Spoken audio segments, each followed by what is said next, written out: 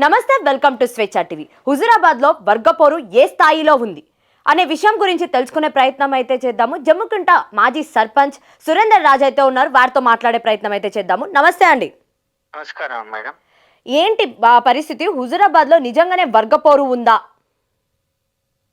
Madam, మేము ఇక్కడ 25 సంవత్సరాల నుండి ఈటెల రాజేందర్ గారిని నమ్ముకునే ఉన్నాం మేడం. వారు ఎప్పుడైతే బీజేపీలోకి వచ్చారో మేము కూడా వారి వెంట బీజేపీలోకి రావడం జరిగింది. అయితే ఇక్కడ ఈటెల వర్గానికి చెందిన వారు ఎవరికి కూడా కనీసం బూత్ స్థాయి కమిటీలలో కానీ, మండల స్థాయి కమిటీలలో కానీ, శక్తి కేంద్రాలలో కానీ దీనిలో కూడా వారికి ఇంతవరకు ఎటువంటి పోస్టులు కూడా ఎవరికి ఇవ్వలేదు. కనీసం పార్టీ కార్యక్రమాలకు కూడా ఎవరిని కూడా ఆహ్వానించడం లేదు. కేవలం ఈటెల రాజేందర్ వర్గం అని చెప్పి అందరినీ పక్కకు పెడుతున్నారు మేడం. ఎందుకు ఈటెల రాజేందర్ వర్గం అని చెప్పి పక్కకు పెట్టాలి? అవసరం ఏంటి?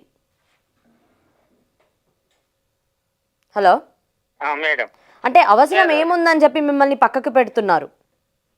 ఈటెల రాజేందర్ మొత్తం అవాయిడ్ చేయాలనే ఆలోచనతోటే కావచ్చు అని మేము అనుకుంటా ఉన్నాం. ఓకే, ఈటెల రాజేందర్ గారిని అవాయిడ్ చేయాలంటే అది వేరే విషయం, కానీ అక్కడున్న చిన్న స్థాయిలలో ఉన్న నాయకులని కూడా అవాయిడ్ చేయాల్సిన అవసరం ఉందంటారా? అంటే వాళ్ళు మేము మొదటి నుండి 30 ఏళ్ల నుండి 20 ఏళ్ల నుండి బీజేపీ పార్టీలో ఉన్నాం, మీరు కొత్తగా వచ్చిండ్రు అని మా పాత వాళ్ళకి అవకాశాలు రావాలి అని చెప్పి ఆలోచనలో వాళ్ళు ఉన్నారు మేడం.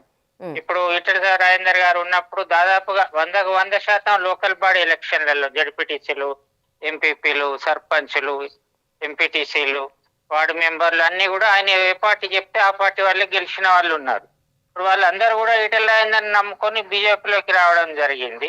అయితే ఇక్కడ ప్రజాప్రతినిధులు అనే వారికి కూడా విలువ ఇవ్వకుండా కేవలం పార్టీ పదవులలో ఉన్నోళ్ళకే విలువ ఇవ్వడం జరుగుతుంది.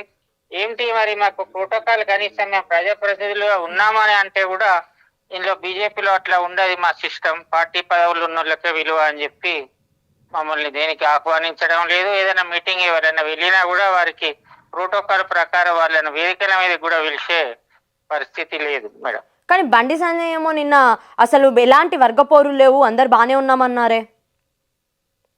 అది వారు చాలా పెద్దలు మేడం, వారి దృష్టికి వీళ్ళు తీసుకెళ్లకుండానే కార్యక్రమాలు జరుగుతున్నట్టు అనిపిస్తా ఉన్నది.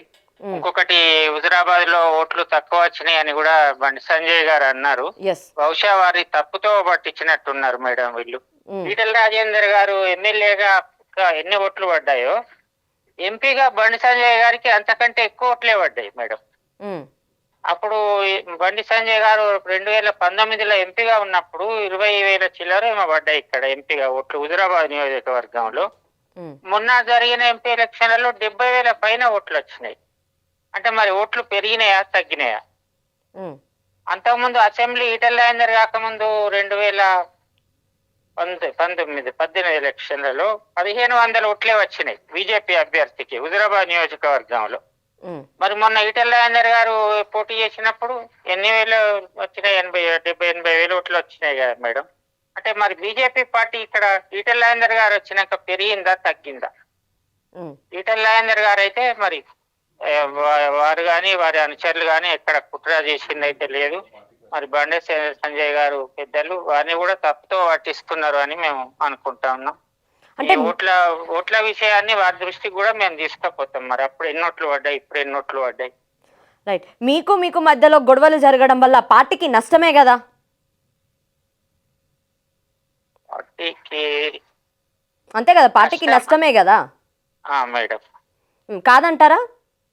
పార్టీకి నష్టం జరుగుతుంది మేడం. మరి దీన్ని ఏం చేద్దామని అనుకుంటున్నారు?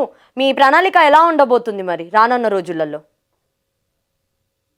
మేము అంతా ఇప్పుడు వాళ్ళు ఈటెల వర్గం అని పక్క పెట్టినప్పుడు మేము ఈటెల రాజేందర్ గారిని రేపు అడుగుదామని అనుకుంటున్నాం మేడం. 5 మండలాలలో సమావేశాలు ఏర్పాటు చేసుకోవడం జరిగింది. ఈటెల రాజేందర్ గారి దగ్గరికి అందరం వెళ్ళి మరి మా పరిస్థితి ఏంది, మేమంతా నీ ఎంబడి 20-25 ఏళ్ళ నుండి ఉన్నాం కదా, మరి వాళ్ళేమో మమ్మల్ని ఈటెల మనుషులని పక్క పెడతా ఉన్నారు, మరి మా పరిస్థితి ఏంది అని అడుగుదామని మేము డిసైడ్ అయినాం madam. Okay, right, thank you అండి.